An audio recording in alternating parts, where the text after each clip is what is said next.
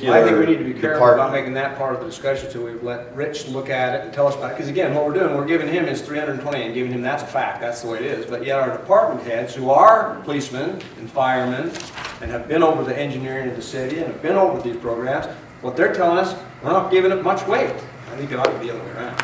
I think our people who are in place, who are professionals, are the ones we ought to give the most weight to. It's not that we should ignore this, but as I looked at that, I recognized there's got to be a lot of things here that's got to be plugged in and explained before you see that. And he's, like I say, he's assumed, and I think the biggest thing I saw that to me put a big red X on it is he's making this actual when these are not actual. Any budget is not that way. A budget's your best guess. And as you're looking into a future budget, yeah, sometimes you guess over. And as a matter of fact, I'm always impressed. That's exactly what they tell you to do. If you go look at the budgeting manual that's put out by AIC, they tell you to do that. Overestimate your costs and underestimate your revenue. That's smart practice in budgeting. And that's what I see our people have done. And to me, that's what we've got to do. If we don't do that, I guarantee you we're going to see more and more emergency situations. If we cut our budget back to just skin and bones, there'll come times when the emergencies come up and we're going to have to come up with the funds from somewhere. And I just don't want to see that happen. So, but I think then we get to evaluate it. If that's what if that's our job, I mean, really, why are we up here? If they're that good, and everything runs so good, everything's honest, above board, everything, why do they need us up here? we're here to set policy. That's why we're here. We need to make sure policy is in place, that they understand what policy is, and when they go to do their budgets or any other thing that happens in this city, that they understand what policy is.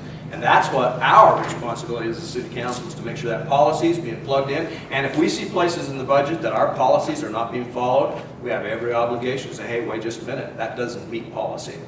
But I don't see us as being in the minutia and going line item by line item and questioning everything they do, unless it meets that category. If it hits that category of you have not met policy, this is the policy this city has set. There's a reason for that policy, and if you haven't met it, I'm concerned about that. We need to get it to where it's in line. I haven't seen places that our budget heads are not following policy. Like I say, the 3 places that I've written down that could be cut, they're following our policy. They're doing what we asked them to do. Yeah, policy doesn't govern purchasing things. It does. That's all. That's the only way we can. We've already gone around and around on that.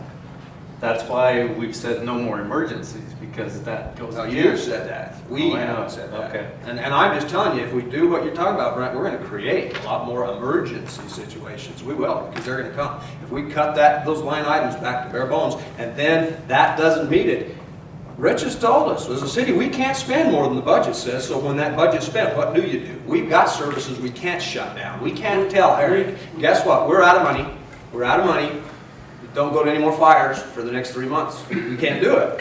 And so that can't happen. If that happened, we'd have to put emergency funds in place to fund them for that time.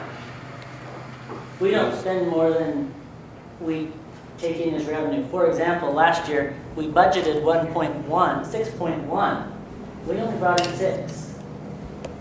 Right. I mean, revenues were down than what the budget. And that's what's going to You've got happen. to compare it to the actual. That's what's going to happen with He's anybody. comparing it to the 6.1. That's what I would like time to go back to do. Because he's looking at 6.1 saying, oh, you got all this money. Well, that's not true. There's some adjustments that need to be made to those numbers. Sure. But healthy discussion, and I appreciate where you're coming from, Brent, I do. And I think we have a responsibility to make sure that those things are in place. And if we see places that are concerning, we have every obligation to talk about it. We do.